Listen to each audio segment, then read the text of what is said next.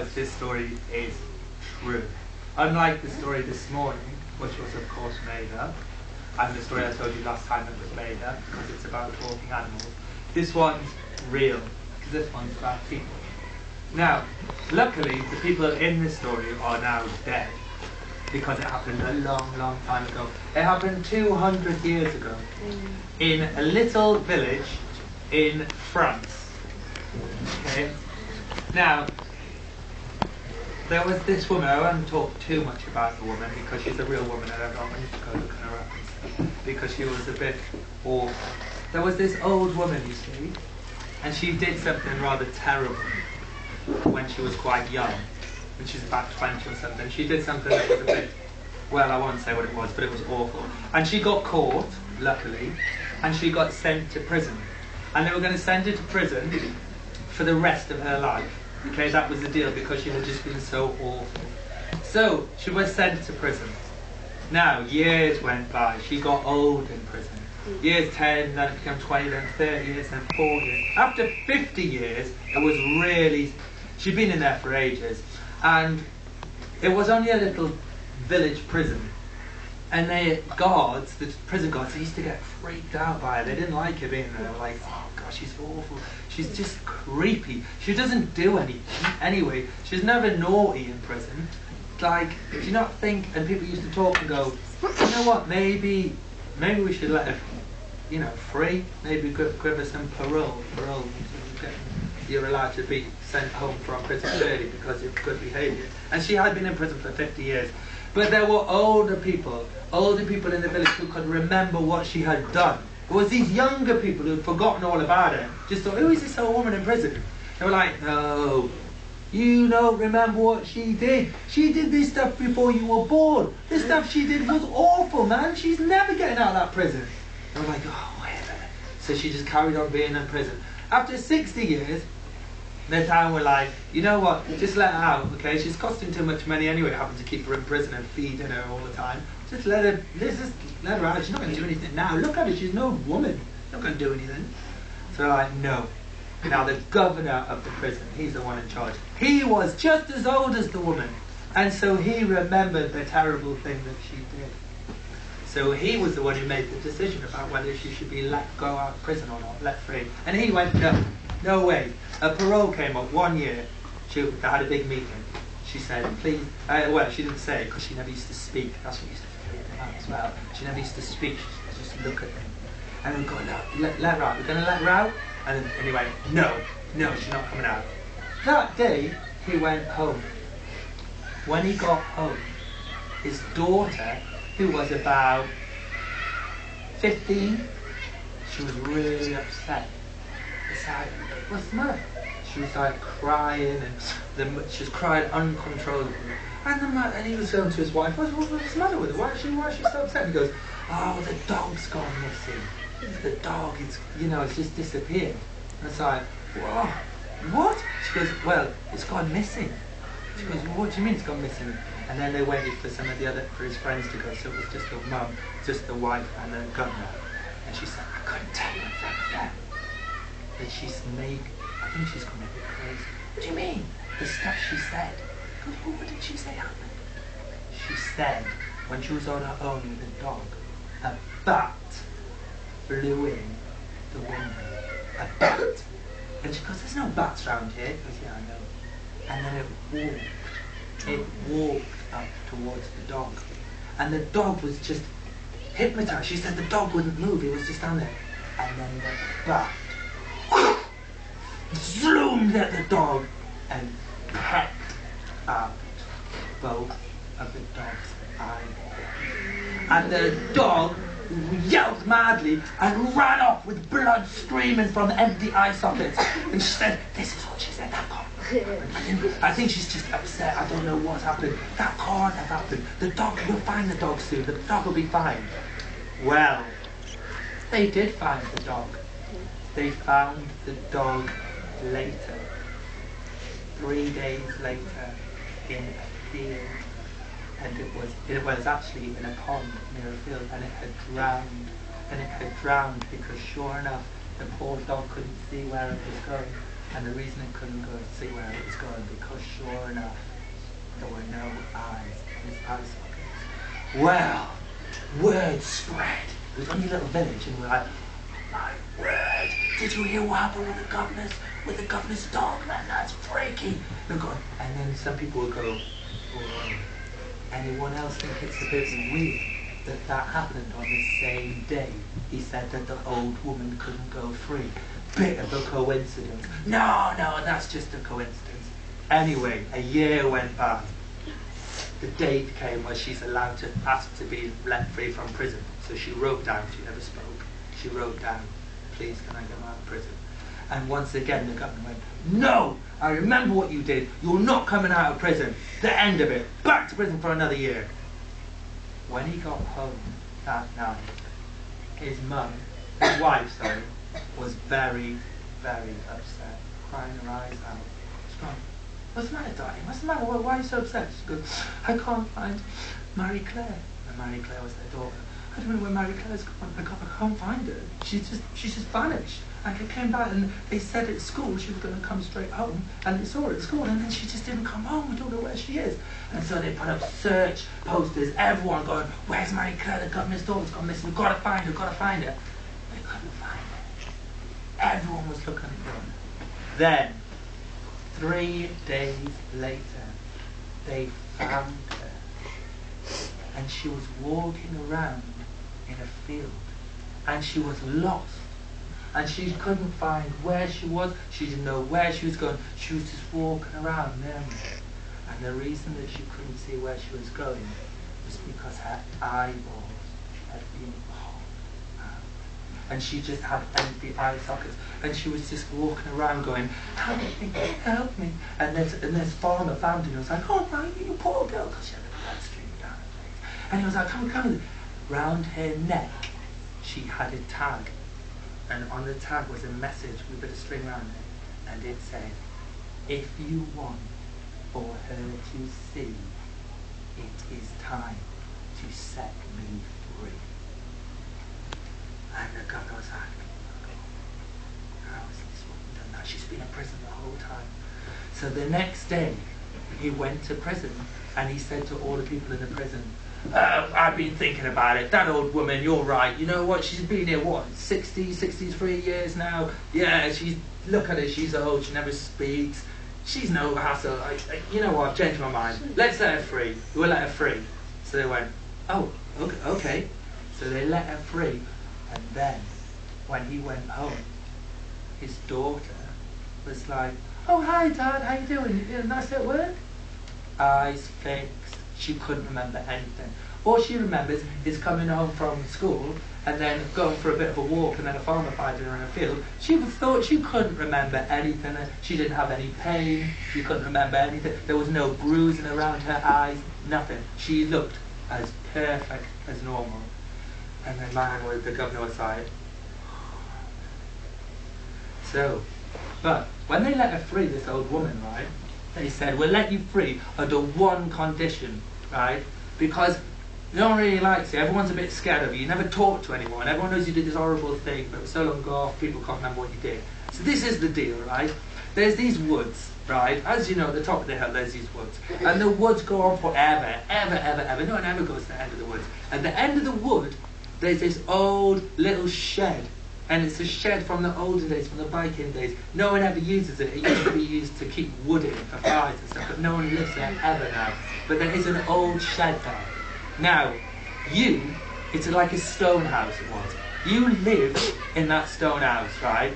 Now, near that stone house, there's a stream. Well, there's a stream that runs all the way through the forest. So in the stream, you can get your water, okay? And there's lots of fruit trees around there. So you can get fruit, you can eat your fruit, and you can drink the water, so you will survive, okay? And there's a little bench that you can sleep on. If you want to be set free from prison, you can go there. But you're never allowed to come into the town. Do you understand? Of course, she never spoke, she just went. And that was the deal. So they packed her off with armed guards, packed her off, put her in this wood, and just left her there. And then they walked for days, because it's a really long wood, and she was just kept there. And that was the end of it. Except that, unfortunately, that wasn't the end of it. You see, about 10 years later, you might remember that I said there's lots of fruit trees around there. Well, it was actually vineyards. It became a vineyard. There were vines, and that's what you use what grapes grow on. And a vineyard is where a farmer makes all these grapes. It grows all the grapes and then gets the grapes, presses them, and turns them into wine.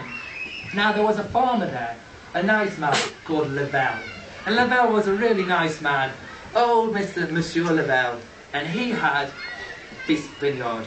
And then he didn't really use it for growing wine. What he used to do, because he was a nice guy, he used to entertain his friends. His friends would come around and he would go, "Oh, have some wine, I made it myself, and I pressed it, come on, do you want a glass?" And everyone used to go, "My word, this wine is sweet. This wine is so nice, man. You should make loads of it and sell it. You'll be rich."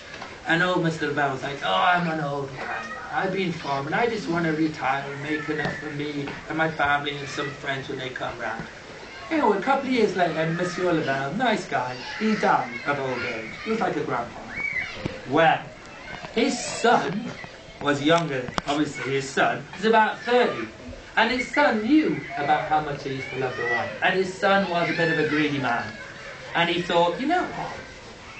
We should get these grapes off the trees instead of just leaving them to grow and press it and turn this into a proper vineyard and get bottles and make loads of bottles of wine, and everyone will have loads of wine and we'll sell the wine. I could sell this wine for about £10 a bottle, man. 100 bottles, that's £1,000. Everyone will buy this wine. So he come up with the idea. And he just did a few just to test. And he made the wine and he went around the village going, "Oh, this is remember my father's wine? I've decided to sell it." And everyone was really happy going, "Oh, brilliant. How much is it? £10. That's quite a lot, but go on, we'll buy a bottle." And they drank it, they were going, "Oh, this is delicious. I'll have another bottle." And then they were telling their mates, and the mates were going, "Oh, go and get some of Lavelle's wine." Before you know it, he didn't have enough hands to go and get all the grapes off the tree. So he said, but he was a greedy man. And he didn't want to employ the villagers, the men, to go and get the grapes, because he knew he'd have to pay the money, like £10 an hour or something, to go and get the grapes. He didn't want to pay anyone. So, and then he noticed that every now and then he had to tell off the local children in the village school, because they'd always be sniffing around, pinching grapes and munching them, and he'd go, "Oi, shoo, off you go, they're my grapes." And one day he had an idea. He saw this kid picking grapes.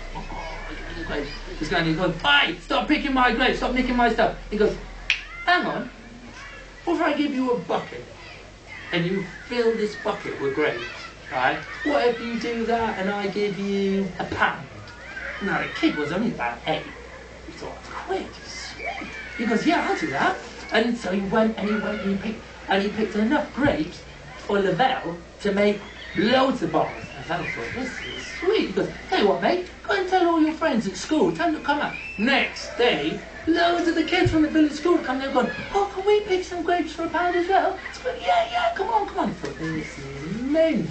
So after a couple of weeks, he had so much wine, he's selling it for £10. He was making a fortune, always giving the kids £1 for these buckets of grapes. Everything was nice, everything was cool.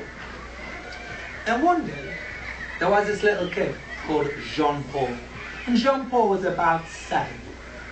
And after school, Jean-Paul, he'd heard about the grapes. He thought, "Oh, I've got to get some grapes." And so Jean-Paul went into the woods. He got the bucket off Lavelle and he went into the woods. But by now, it'd been about a month. So loads of kids had been taking the grapes off. So as you can imagine, to get the grapes, you had to go a bit deeper and deeper into the woods to find the grapes. So he gets these grapes and he's picking them. And it was a lovely sunny day, he wasn't in a rush, and he's picking them, he's going further into the woods, because mysteriously there seemed to be loads of trees without any grapes on, but then a tree right down there with loads of grapes on. So he'd have to walk deep, didn't realise how deep he was walking through it. He's picking his buckets, getting nice and full of grapes. And then he sees the strangest thing. He sees what at first he thinks is a cat. But then he thinks, hang on, that's not a cat. It looks like a bat. And it was a bat, but he could only see it from the back. And the bat seemed to be walking, not flying, just walking deeper and deeper into the woods. And the boy was like, Jean-Paul was like, that's a bit odd. But he was fascinated by it, because you know, if you've never seen a bat walking about, you sort of get a bit curious. And then the bat turned around. And the bat turned around and he looked at Jean-Paul. And he had the most fantastic eyes that you could ever imagine. Like, not like a bat's eyes, like lovely, brown, big eyes that looked too big for his head. Almost, you know, like a dog's eyes. And it was like, whoa. And Jean-Paul found himself being hypnotized by this bat. And before you know it, he was just following him deeper and deeper into the woods.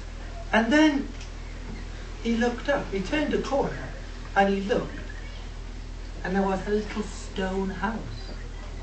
And he thought, whoa, what? A little stone house. That's weird. And then he thought, hang on a minute, where on earth am I? And he looked around and he thought, oh my gosh, I'm so lost. And he saw there was a candle in the window of this little stone house. And he thought, you know what? And he could see a little trace of some smoke coming out of the chimney. He thought, oh, lucky me, someone's in this house. I can knock on the door and they'll show me how to get home. So he goes over to the little stone house, because the bat had just walked in, hopped on the window and walked in through the window. So the boy went, So Jean-Paul, he goes to the little house. He knocks on the door and the door opens just a little creak.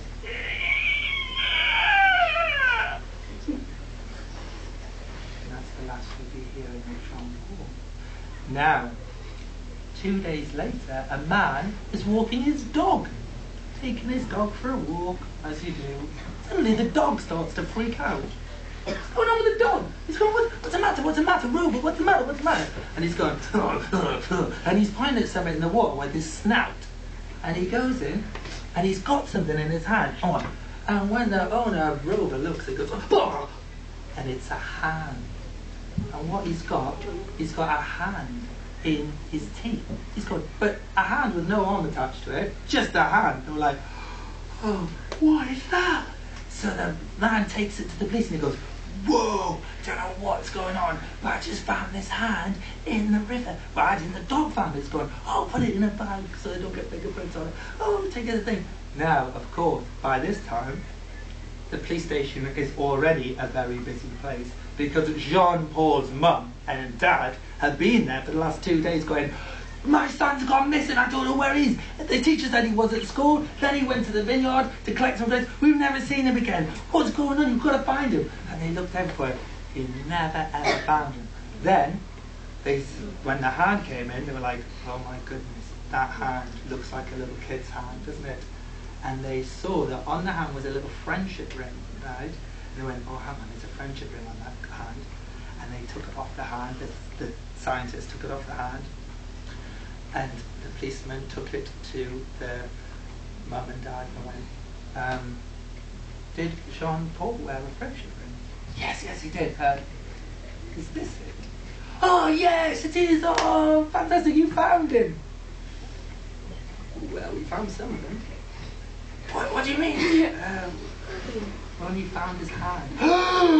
And there was chaos. Everyone was going crazy. They were going, oh my God. And they went up to the vineyard, they went to the Lavelle, and they went, Lavelle, did a kid come 2 days ago? Did a kid come with a ring on? Lavelle's going, oh, come on. Loads of kids come. I can't remember. He goes and they showed him a drawing. They didn't have photos then. They showed him a drawing of him. They said, look, that's him. And it was like, yes, I think he did come. What did you do to him? What did I do to him? I didn't do anything. I just made him go and pick some grapes. Did he come back with the grapes? Oh, I can't remember. So many kids come and go. They went, that's it. Closed. And they closed the vineyard. And they closed it. And Lavelle got arrested because they thought Lavelle had done something to the kid. And Lavelle was like, oh, I don't know what you're going on about. And they didn't have any proof about Lavelle. And they closed it. Well, they closed it for a whole year. Now, because the vineyard was closed, no one in the village could have some wine. Nobody knew what happened to the kid. They never found him. No one even knew he was dead. They just didn't know where the kid was. And after a year, people started going, oh, you know what, I want some more wine. Come on, let Lavelle make his wine, because Lavelle was free then. And they were like, oh, okay. And they said, right, Lavelle, this is the rule. You can send the kids to pick your grapes, but you have to send them in pairs. They've always got to be in pairs, and they've always got to be holding each other's hand, and they've got to pick the grapes together. And everyone agreed that was a good plan. And so it was a good plan. The kids weren't lucky because they'd all forgotten about Jean-Paul. The kids were well happy. They filled up the grapes, they went there, they got extra pocket money. Oh, they made Lavelle give them £5 as well a pot instead of £1. So everyone was so happy. Everyone forgot about that kid that went missing. No one even talked about him anymore. Everyone was in pairs. Everything was fine. Until two little girls, one of them was called Marie Claire, and the other one was called Anne-Marie. And Marie Claire, we got an Anne-Marie in here, I changed that name. One was called Marie Claire, and one was called Arabella. So, Arabella and Marie Claire went looking for grapes. And everything was fine. They were pulling the grapes, so they were still looking forward to having £5 each. They were looking for grapes, everything was beautiful. But then, they got a bit bored. Because there was hardly any grapes to pick, and they had to go deeper and deeper into the wood to get the grapes. And they were like, oh, I tell you what. And they liked a little bit of a, they were a bit risky, these girls. They liked to have a bit of a bet. So Arabella said, tell you what, I bet you, right, that we should play hide and seek. And let's play hide and seek. And I bet you, because I'm so good at hide and seek, I bet you can't find me. And if you can't find me, you have to give me your £5 that Lavelle's going to give you for grapes. But if you can find me, I give you my £5. Well, Marie Claire liked the sound of this. She was like, who's in here, Marie Claire or Anne-Marie? Anne-Marie. Alright, so Marie Claire, she liked the sound of this game. And was like, oh, okay, that's good. If I get my £5 and your £5, that's £10. Brilliant. I'll easily find you. She goes, no, you won't, because I'm awesome at hide and seek. All right, then, I give you 20 seconds. Off you go. So she went off, and Anne-Marie, or Marie Claire, one of them, went, une, deux, trois, because it was in France, wasn't it? So she starts counting to 20, and off she goes. Now she runs really fast because she was one of the fastest runners in the school. She ran. It was really weird that she was one of the fastest runners, right? Because she had the tiniest feet. So strange. Everyone sort of used to tease her for having these tiny feet, but she was so fast, and she ran so far away. She was like, she is never going to find me. And Arabella ran and ran and ran. And then she ran so far away that she found some more grapes. She was like, oh, I might as well pick some more grapes out here because she's never going to find us and I'm going to get £10. So she's picking it, and then she sees the strangest thing. She sees this bat walking. She thinks that's a bit weird. And when the bat turns around, it's got blue eyes.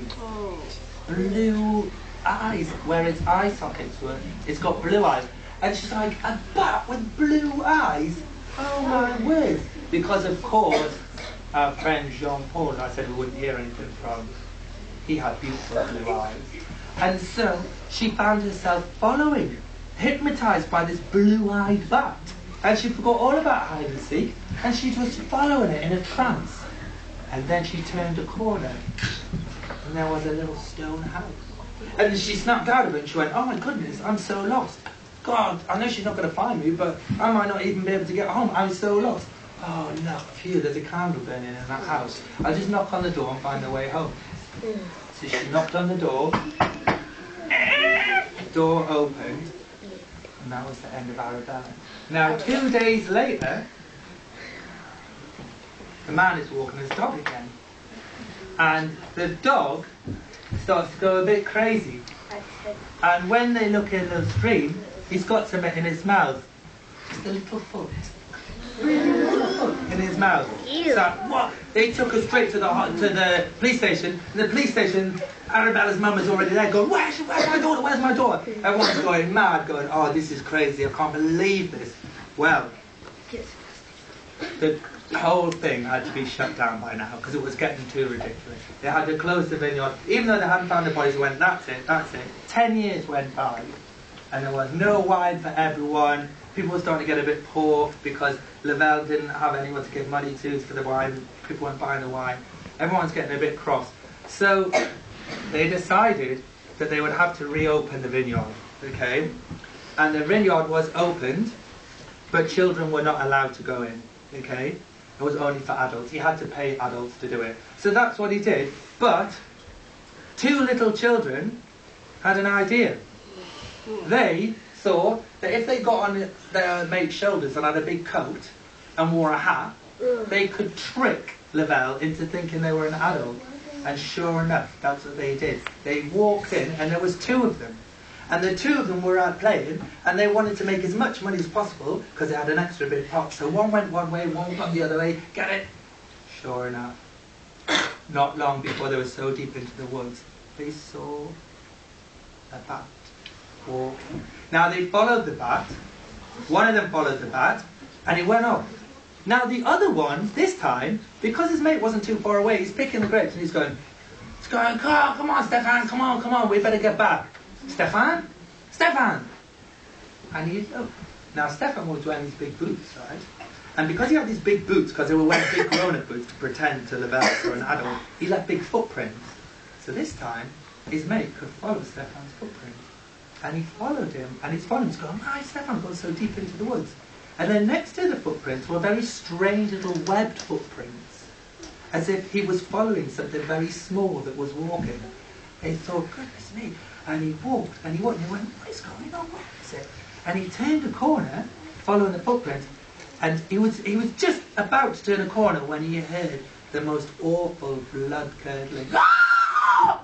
And he was like, what? And he ran, and he turned the corner, and there, in the house, he could see there was a house, and he could hear screaming, and he was like, oh my God, that's Stefan. And he went to the window, and he looked through the window, and there was Stefan in a cooking pot, getting stirred round and around.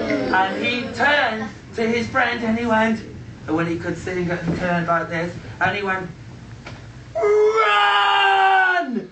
And his mate went, and legged it as fast as he's ever run. He did not stop running. He ran and he ran and he cut through the vines and he ran and he ran and he ran for about 15 minutes going absolute full pelt like Usain Bolt. Ran and ran and ran. Got to the police station and went, come!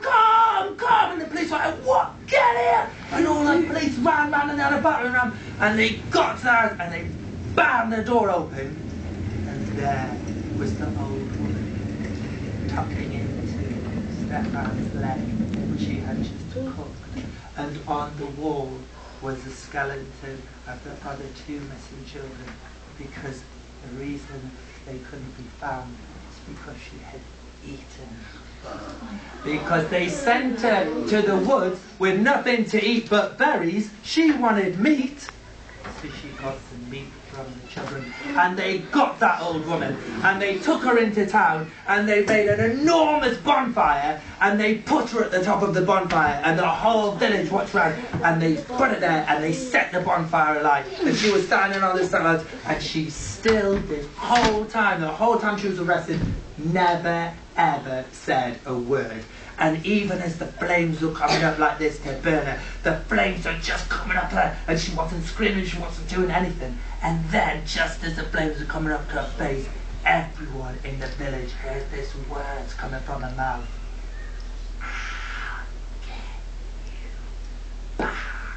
And then her face sizzled and her skin all melted, and then she died. But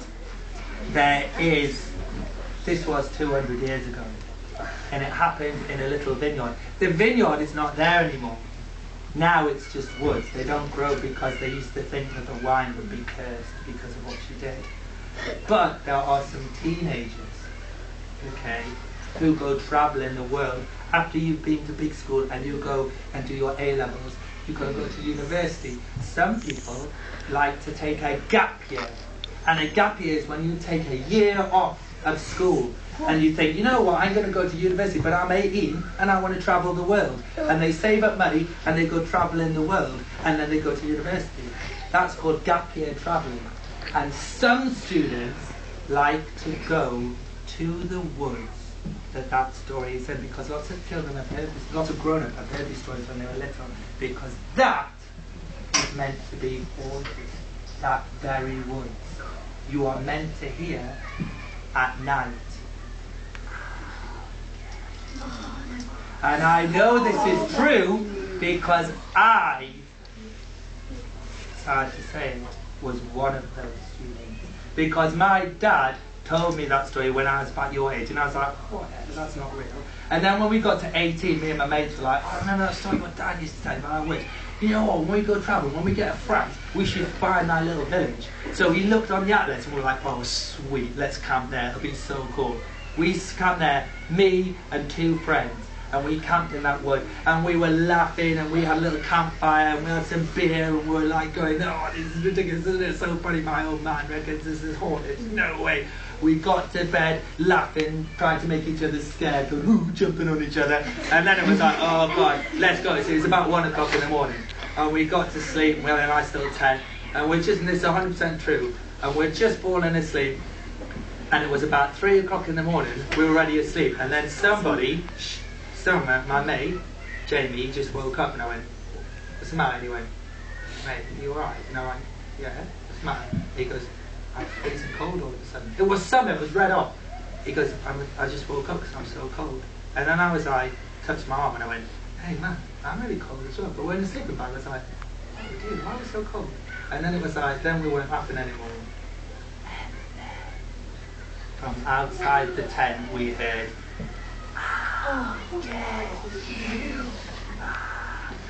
and we got out of that tent faster than Usain Bolt. We legged it all through the woods, all into the village, come up to the village.